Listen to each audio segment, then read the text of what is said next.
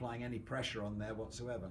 So if you just feel that there, if you just want to say, you know, that's pretty reasonable. Very sharp, yeah. So it's very, very quick. Just to stress the quickness involved in this, and some, you know, because as far as these tools are concerned, don't just use them for your turning tools. You can use these for all sorts of things. Just to give you an idea on that fine side, this is one of Jimmy's knives that I've just taken, thank you, out of his knife rack, and I think you'll see that's a reasonably sharp edge. So I just need. Can I use your stool? Yeah. Oh, that'll do.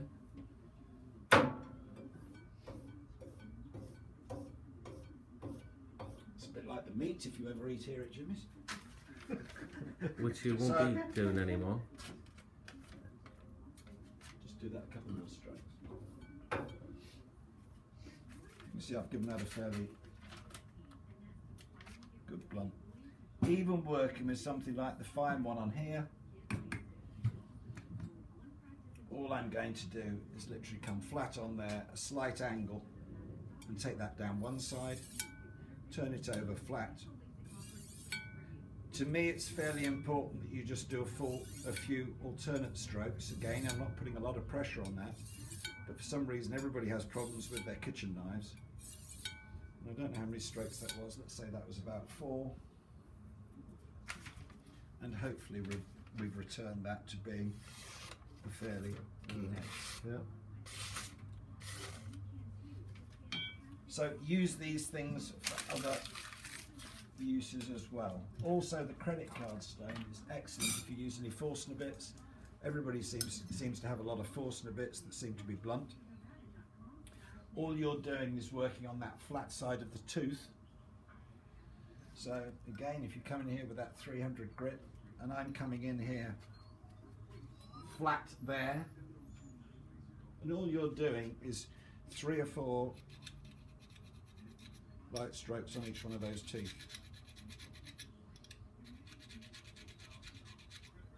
No, this is rocket science, and it's very, very easy to do once you realise that you're not applying any pressure when you're working with these.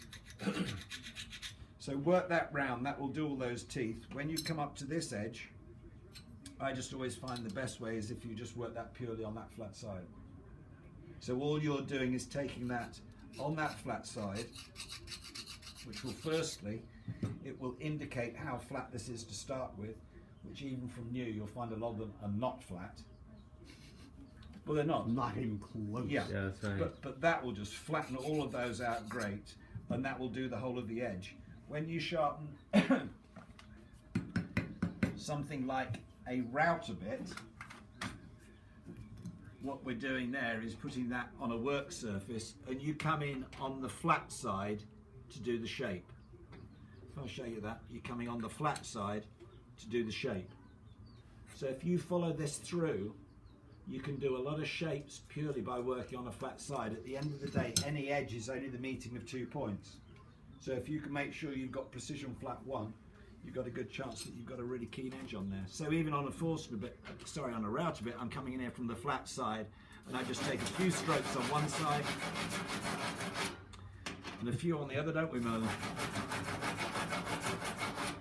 And that's how quickly that will cut the carbide, but even more importantly, it's just sharpening the Forstner bit.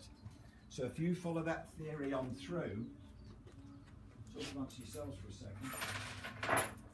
If you do use any of these carbide inserts, which a lot of people say you can't sharpen, you have to send them away and spend another 22 bucks getting another one, follow that theory through, you can sharpen those purely working on the flat side. I wouldn't suggest that working on a 300 grit is the best way to go. I would say that would scratch it and give too coarse an edge on there. I like to work anything to do with carbide on the 600 grit. So going back to that machinist's tool, all you're doing is putting that flat on there. You can either do it in this motion or in a light circular round motion. And the good thing is that you'll be able to maintain all your inserts for a lot longer. And if you're keeping them sharp, they're not working as hard as when they get blunt, and that's when you go and chip the surface off. So, anything else on the turning that we've briefly you want to mention, Jimmy? Yeah, you've covered everything on that, mate. Covered it.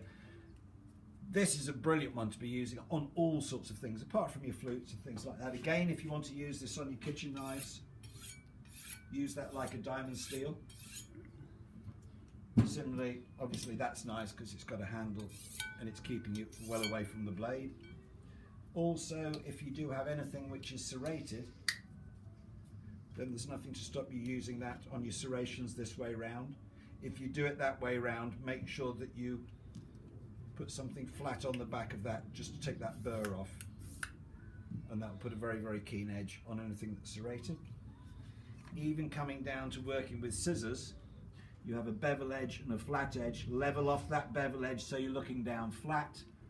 Even working with that pen file, if you come down flat on there, you can hear what that's doing. Just take that down, turn it over, flat on that side, and just take off a burr. Obviously we'll do the same on the other side. The most difficult thing when you're sharpening scissors, the biggest problem area that people seem to get, is the tips and the points. I'll just wipe that off. And even the idea is that I want to try and get a very, very keen edge on that point. Yeah. It's very, very easy to do. Very good. Even if you come down to doing any gardening and you want to do pruners, anything shaped that way round, again you've got a bevel edge and a flat edge. You can be working that nice and easily around this way. Obviously, if you're out in the garden and you want to sharpen a few of your tools, you're not going to walk around with a bottle of that fluid in your back pocket because it's a little bit awkward. Similarly, you're not going to take the fluid, I wouldn't have thought, into your kitchen. So let's put a very keen edge on there. If you don't, all of these are monocrystal diamond electroplated onto the surfaces. So let's say, for sake of argument, this one, that is put into a vat of nickel. The nickel is in there, the diamond is put in there. It's heated up to a certain temperature. A current is passed through it. The diamond and the nickel then is electroplated onto the surface, and then they grow the nickel. So you've got 2/3 of that diamond buried in nickel and 1/3 exposed. So it's locked in there a bit like an iceberg. So that is your sharpening medium, the top third. If you use it dry, you're going to do one thing. What's that going to be? You use it dry. Yeah, if you use it dry, what are you going to do? Wear away the diamond. No, you're going to clog it up. Oh. That's what you're going to do. You're going to clog it up. You're not affecting it because it's not called shit over there. The swarf, the residue, has got to go somewhere. Yeah. So within this kit is one of those as well. And yes, it is an eraser, but it's a soft putty type, as we call it in the UK.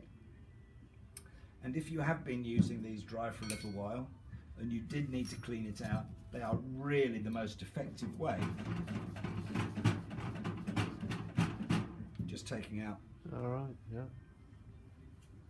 So again, none of this is rocket science, but it's a matter of using the right things. So if you've taken this out in the garden or used it in the kitchen, all you have to do every now and then is give that a rub through, and that will clean it all down. So maintenance wise, use this with it, use these with it, and I would expect you to get, even with a lot of use, a minimum of 10 years life. I've got a lot of people who have been using them for 15, 20 years. But so many of the professional guys out there on the circuit have been using all these stuff for a long, long time. But we just thought it would be a really good idea if we put together, because everybody keeps on saying to me, you've got a kit, you've got a set. And when I'm doing shows and I've got a rhythm, they go like, is that a set? We decided that those three just about cover all the various options as far as your woodturning is concerned, as well as a lot of other things.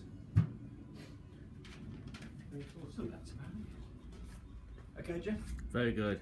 Excellent, mate.